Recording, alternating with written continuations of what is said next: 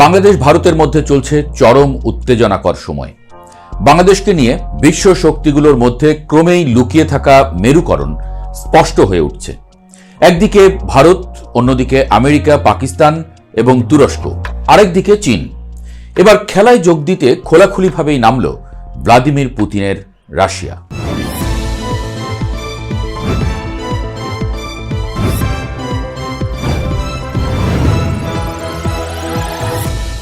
December ঢাকায় রুশ রাষ্ট্রদূত আলেকজান্ডার খোজিন তার বক্তব্যের মাধ্যমে স্পষ্ট করে দিয়েছেন রাশিয়াও আর বসে থাকতে রাজি নয়। প্রশ্ন উঠেছে, এই খেলায় রাশিয়া কার পক্ষে খেলবে? তারা কি চিরকালের মিত্র ভারতের পাশে থাকবে, নাকি একাই খেলার সিদ্ধান্ত নিয়েছে রুশরা? বাংলাদেশ ঘিরে ভ্লাদিমির পুতিনের স্বার্থই বাকি। এসব প্রশ্নের উত্তর খোঁজার আগে শুনে নেওয়া যাক ঢাকায় নিযুক্ত রাশিয়ার রাষ্ট্রদূত আলেকজান্ডার খোজিন আসলে কি বলেছেন।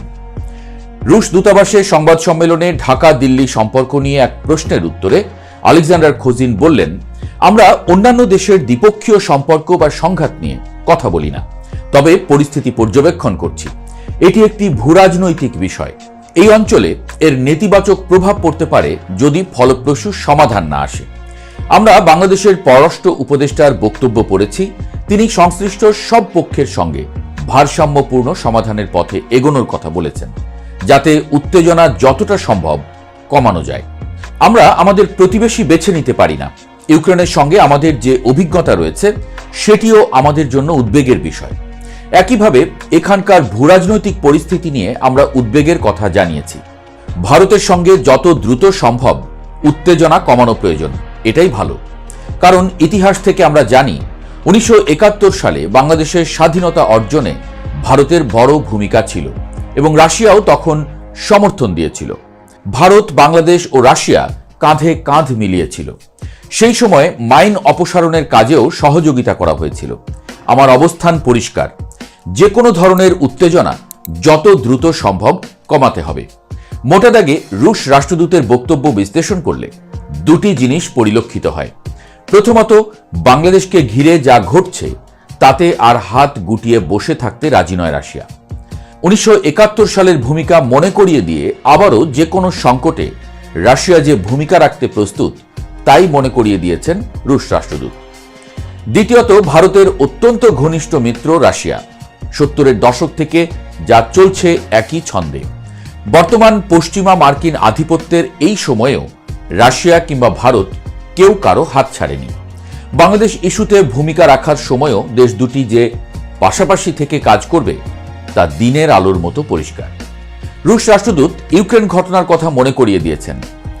খানিকটা ঘুরপথে বৃহৎ প্রতিবেশীর সাথে উত্তেজনা চরমে নিয়ে যাওয়া ঠিক নয় এবং রেড লাইন ক্রস করলে পরিস্থিতি কতটা গুরুতর হতে পারে তাই কূটনীতির ভাষায় স্মরণ করিয়ে দিয়েছেন ঢাকায় নিযুক্ত রাশিয়ার রাষ্ট্রদূত।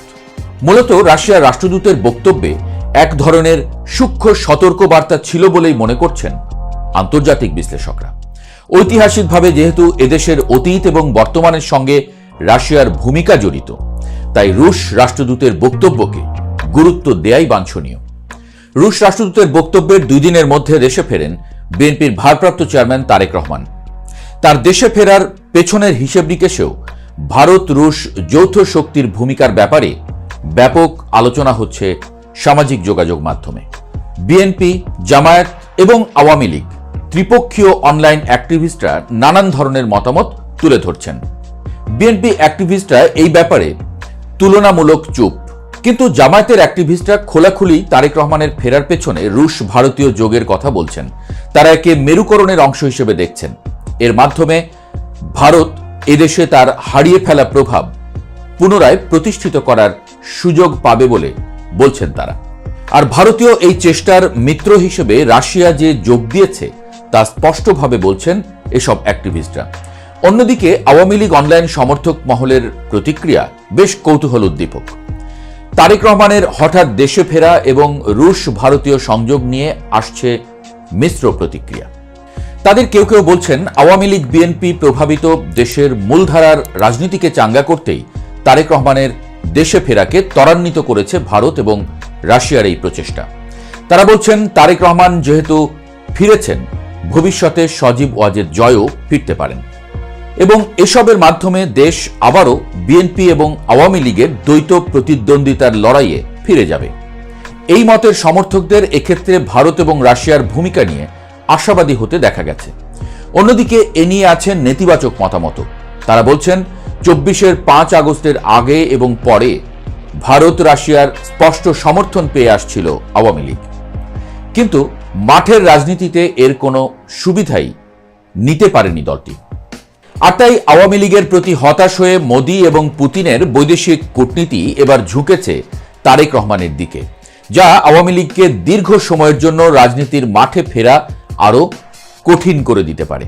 এজন্য আওয়ামী লীগের শীর্ষ নেতাদেরও দায়ী করছেন ফেসবুক ইউটিউব অ্যাক্টিভিস্টরা।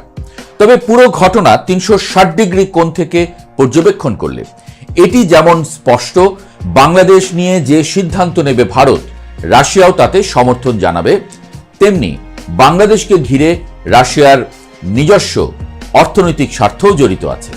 রাশিয়ার প্রধান স্বার্থ নিহিত রয়েছে রূপপুর পারমাণবিক বিদ্যুৎ কেন্দ্র প্রকল্পে। এটি তাদের এক বিশাল বিনিয়োগ।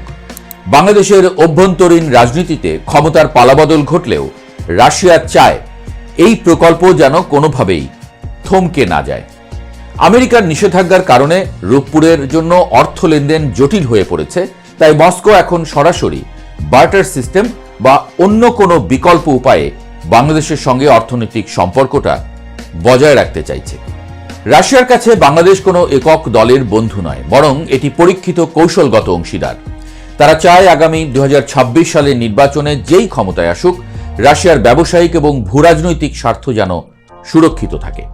২০২৬ সালের ফেব্রুয়ারিতে যে নির্বাচন হওয়ার কথা রয়েছে, তার ফলাফলই ঠিক করে দেবে দক্ষিণ এশিয়ার এই গুরুত্বপূর্ণ ভূখণ্ডে কার প্রভাব কতটুকু টিকে থাকবে। আর এক্ষেত্রে সম্ভবত রাশিয়া তারেক রহমানের চেয়ে ভালো বিকল্প আর খুঁজে পাচ্ছে না। একই কথা ভারতের বেলায়ও প্রযোজ্য। এদেশের ক্ষমতা কেন্দ্রে জামায়াতের প্রবল দাপট ভারতের পক্ষে মেনে নেওয়া কঠিন হবে, যা দেশটির শীর্ষ নেতৃত্বের বক্তব্যে স্পষ্ট। আর তাই রুশ ভারতীয় শক্তি এদেশে কোন রাজনৈতিক শক্তির প্রতি পক্ষপাতিত্ব রাখবে তা অনুমান করেই নেওয়া যায়।